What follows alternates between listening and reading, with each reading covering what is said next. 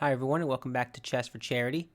In this video, I'm going to show you a really instructive king and knight puzzle where it's white to move and win. So you'll notice right now that white has just a king on h3 and a knight on f3, and black's pawns are going down the board, which means they only have 4 possible moves because you might notice this king is completely stalemated right now.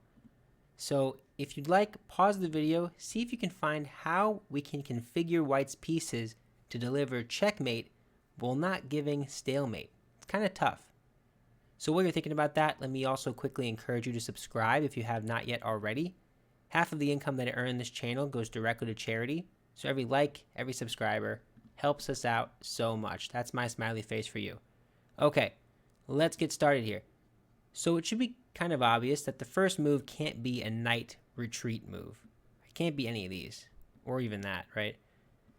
Any knight move immediately just allows king g1. And what's wrong with that? Well, if you do this, I'm never going to get this in a corner again. So even if I take this pawn, I can't mate with just a king and a knight, so this is kind of useless. Instead, you want to use this position of your knight to keep them boxed into the corner. Right? That's the idea. If you're relatively new to the idea, that's the idea. So what does that mean? Well, it means that white has to, with their king, kind of walk the perimeter of this. And what is that doing? That's allowing black to exhaust all of their tempi. Let's put some moves on the board. King g3. Okay, black is still stalemated. They have to make a choice. Which pawn and how many squares? Well, generally in the endgame, it's better to exhaust fewer tempi at a time. What I'm trying to say by that is, instead of playing h5, generally you're trying to keep as many, the tempo, right? Tempo is singular, as many tempi as you want. So exhausting one tempo is better than exhausting 2 tempi. So with that being said, maybe you say, just off principle, either f6 or h6. Well, let's look at each one. If you play h6, nothing wrong with that. White is going to continue to just walk this perimeter. Something like that. Now, why am I doing that? Let's talk about it. So if I play king f2, well, again, you're faced with a choice. It doesn't really matter. Let's just show just the h-pawn just to kind of make the point. h5. Okay? King is just going to keep walking around this box here. Keep this in mind for your own games. It's a really important endgame technique. h4. You might think, aren't I just going to stalemate them? Well, let's see. King f2. Now, if you continue to move this h-pawn, you might see the point here. After h2, now I play king f2, and you have to either spend 1 or 2. Either way, it's going to be a loss, because here's why. f6, I play king f1. f5, now I can move my knight away because this king is boxing in the other king. And let's just say knight d4, that'll do it. There are other ways. This is the nicer one, I think. f4, knight d3, and look at this, just in time. Right, that's the idea. But you might say to me, okay, Frank, you just moved the h-pawn all the way down the board and then the f-pawn all the way down the board. There's no way a person's going to do that. The point is to see how it works with the intricacies, and I would be happy that you thought that. So let's talk about the intricacies. King g3. What if they start with maybe f5, or maybe they start with h5, then they play f5? How does this all work? Well, let's look at it. If they start with f5, maybe they're trying to exhaust these tempi with their f-pawn first, and that'll force the king to stalemate the other opposing king. It doesn't quite work, because now I can play king f2. And let's say you play h6, trying to get me to wait. Well, I'm always going to be able to walk the perimeter of this square right here. And what that does is it allows me to waste time, which is funny because time in chess, tempo, is very important. But when you're on the side with essentially infinite time, you can just go back and forth, unless you don't want to repeat or do a 50 move rule. You're going to just wait for them to be in Zugzwang, which is the whole idea. King g3. If they check you, do you take it? Pop quiz to you. No. Why would you do that?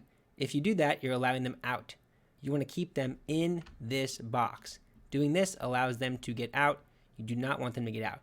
So instead, you just continue to patrol the perimeter of this box. Okay, King F2. Now you're constrained. You can no longer go back. Is this going to be a good thing or a bad thing? Oh, let's see. H5. What do? Well, I can't go to G3, but I can still keep this king contained in this tiny box by going to F1. King F1. H4. Do I take this or not? Well, I don't want to, because if I do that, I'm going to allow them to get out. Instead, just return to F2. H3. Okay, they're running out of moves here. Got to be careful. King F1. Just patrol this box right here. Have I said that enough times? Hopefully it's getting clear. H2. Now be very careful. How do you, in this position, deliver checkmate? Well, it's very similar to before. Knight E5 is certainly one way to do it. There are plenty of ways. F3. Let's go with the fancier. They're both the same. I like the way this one looks. And that is checkmate. The idea is to pretty much always just patrol this box with the king and let them exhaust all of their tempi, and then deliver mate with the knight. I think it's a really instructive puzzle. I don't know about you, but you can play with all the variations here, and they're all pretty much the same. King G3, I don't know. Should I show any other ones? I think it kind of, hopefully the point is clear.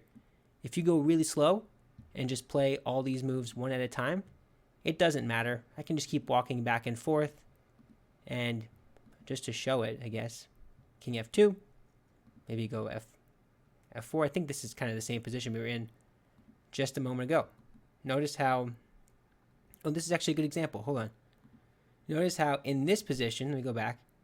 If they play H3. If I move the king up, what's the problem there? I would have just stalemated them because they would move their pawn and I wouldn't be able to do anything. Instead, in this position, there's so many little intricacies. I love it. In this position, knight E5 is actually winning. Look at this. Let me pause for a second. I think I missed this in my analysis before the video. Oh, that's right. No, I looked at this. King H2, and you have to play King F2 to keep them boxed in. And then you use your knight creatively to win the game. So what do I mean by that? Let's talk about it. If the king tries to oscillate back and forth, you can always play knight G4, blocking them, which allows the pawn to move. Okay, this is making sense now. Yep. And now they play here. Super cool. Check. They play here. Knight E4, blocking off this square. Oh man, that's so cool. You gotta love chess, don't you? And then what do? They play King H2, and how do you stop them from going back and forth? Your knight needs to play, so knight D2, and then of course the idea is knight F1, blocking this off. They play that, and you win. Notice importantly, in this position you play knight F1 and not knight not knight F3, because if you do that, now you can't checkmate them on the next move. Whereas from F1, you can. Super nice. So there are so many great variations. Feel free to dig through them. Maybe there are some more that I missed. There are so many nice ones. But that's the idea. Patrol this box, let them waste some time, and then win the game with their king in the corner of the board. That is it for the video. If you enjoyed it, got something out of it, let me know. I may have missed a line here and there, but hopefully you get the idea and you can apply it to your own games. Thank you so much for watching. Until next time, bye.